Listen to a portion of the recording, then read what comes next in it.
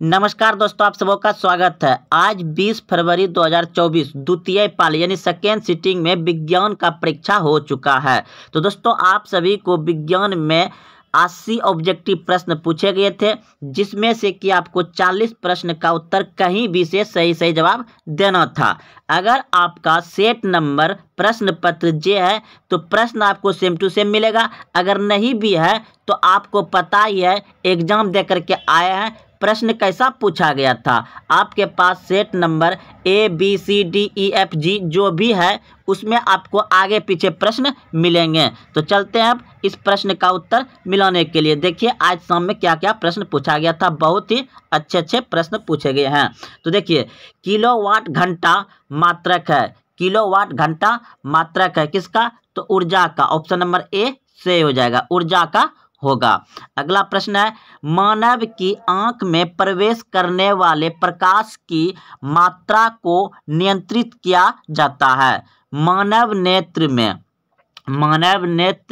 की आंख में प्रकाश जो मतलब पड़ता है तो उसको नियंत्रित कौन करता है? तो ऑप्शन नंबर आपका हो जाएगा बी, बिल्कुल सही है। पुतली द्वारा होता है। किसके द्वारा होता है? पुतली द्वारा। मानव की आंखों में प्रवेश करने वाले प्रकाश की मात्रा को नियंत्रित कौन करता है? पुतली करता है। ऑप्शन नंबर बी सही हो जाएगा।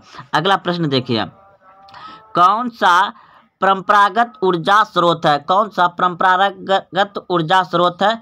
तो जैव मात्र यानी कि बायोमास। ऑप्शन नंबर सी सही हो जाएगा, बायोमास।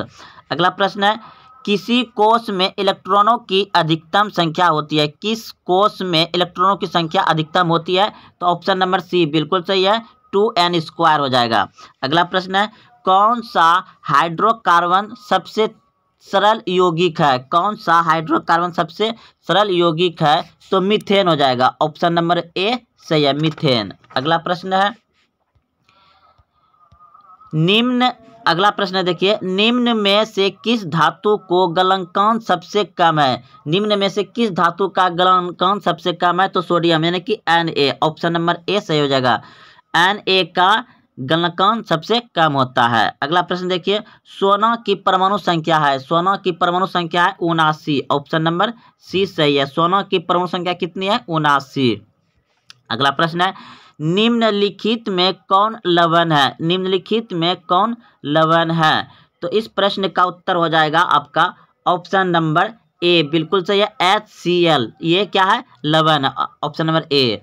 अगला प्रश्न है, वृक्क सहायता प्रदान करता है। वृक्क सहायता प्रदान करता है तो उत्सर्जन में। ऑप्शन नंबर सी सही हो जाएगा, उत्सर्जन में।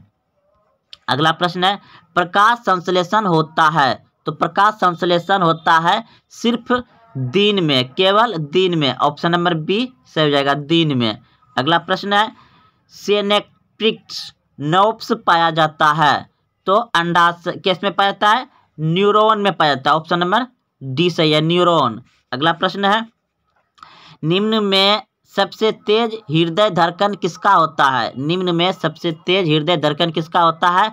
तो चूहा का। ऑप्शन नंबर सी सही है, चूहा।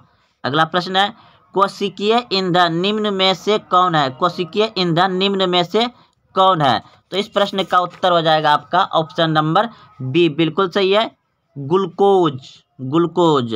अगला प्रश्न है, ATP में फास्फेट की संख्या कितनी होती है? तो 3 होती है। ऑप्शन नंबर सी सही है, 3। अगला प्रश्न है, निम्नलिखित में कौन मनुष्य का एक उत्सर्जी अंग नहीं है?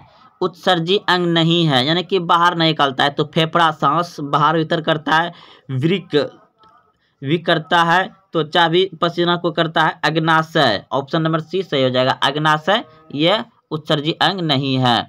अगला प्रश्न है, सबसे छोटी अंतःस्रावी ग्रंथि। सबसे छोटी अंतःस्रावी ग्रंथि क्या है?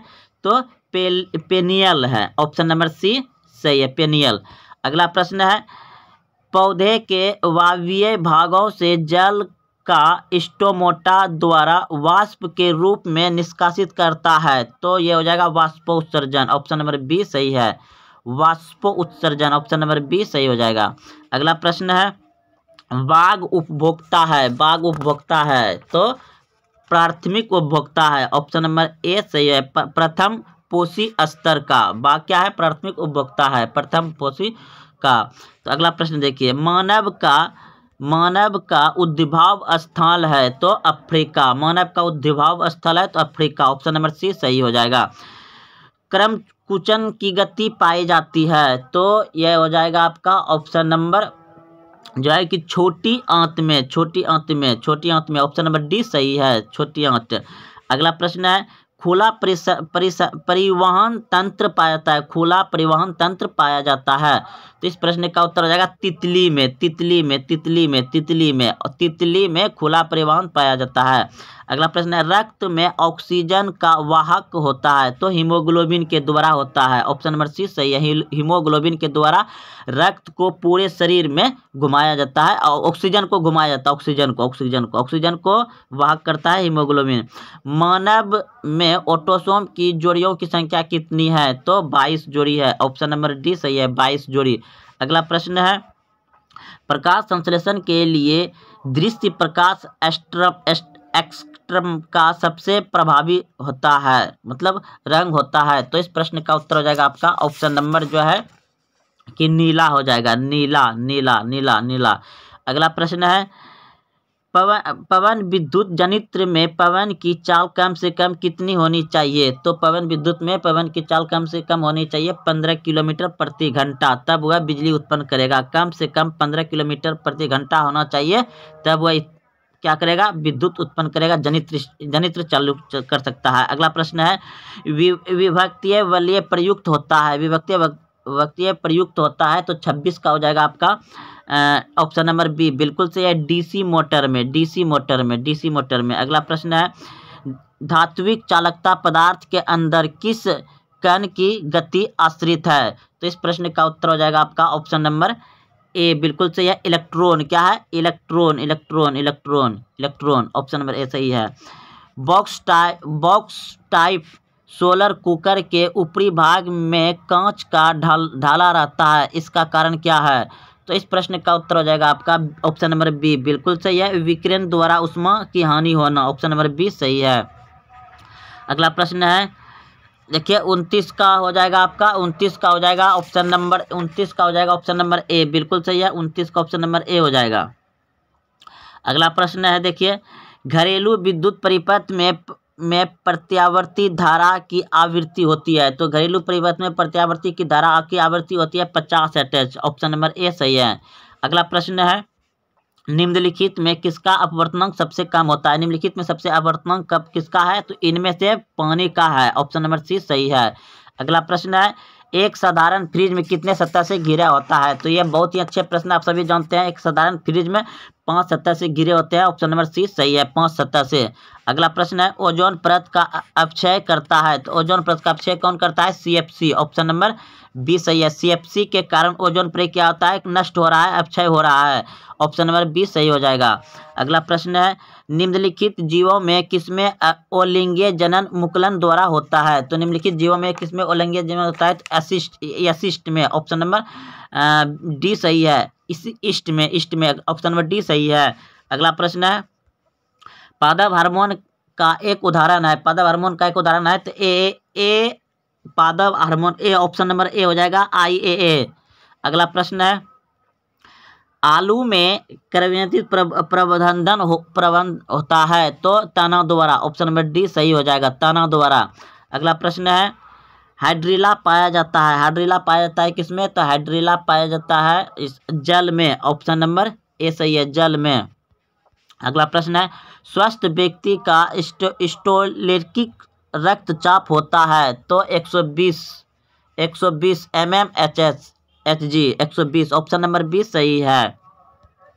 अगला प्रश्न है, उभलिंगीय जीव का उदाहरण है, तो उभलिंगीय जीव का उदाहरण है आपका ऑप्शन नंबर ए बिल्कुल सही है, हाइड्रा। अगला प्रश्न है, मछली में श्वसन होता है, तो मछली में श्वसन होता है गिल्स द्वारा, ऑप्शन नंबर बी सही है, गिल्स द्वारा। अगला प्रश्न है, फोकस दूरी 10 सेमी के अलावा दर्पण द्वारा उत्पन्न आवर्धन क्षमता को यदि हम दूसरी मनुष्य होता है, तो इस प्रश्न का उत्तर हो जाएगा आपका ऑप्शन नंबर सी बिल्कुल सही है, 10 cm से कम। अगला प्रश्न है, फोकस से ध्रुव की ओर आने वाली अवतल दर्पण में आवर्धन का मान क्या होता है? तो इस प्रश्न का उत्तर हो जाएगा आपका ऑप्शन नंबर जो है कि घटता है। ऑप्शन नंबर बी सही है, घटता है, घटता है। अगला प्रश्न है, जल विद्युत संयंत्र किस ऊर्जा को विद्युत ऊर्जा में रूपांतरित करता है? तो इस प्रश्न का उत्तर हो जाएगा आपका स्थित ऊर्जा में। स्थित ऊर्जा में जल विद्युत संयंत्र किस ऊर्जा को विद्युत ऊर्जा में रूपांतरित करता है? तो स्थित ऊर्जा में। अगला प्रश्न है, इस प्रश्न का उत्तर हो जाएगा आपका ऑप्शन नंबर ए, बिल्कुल सॉरी आधा आधा आधा आधा बी सही है।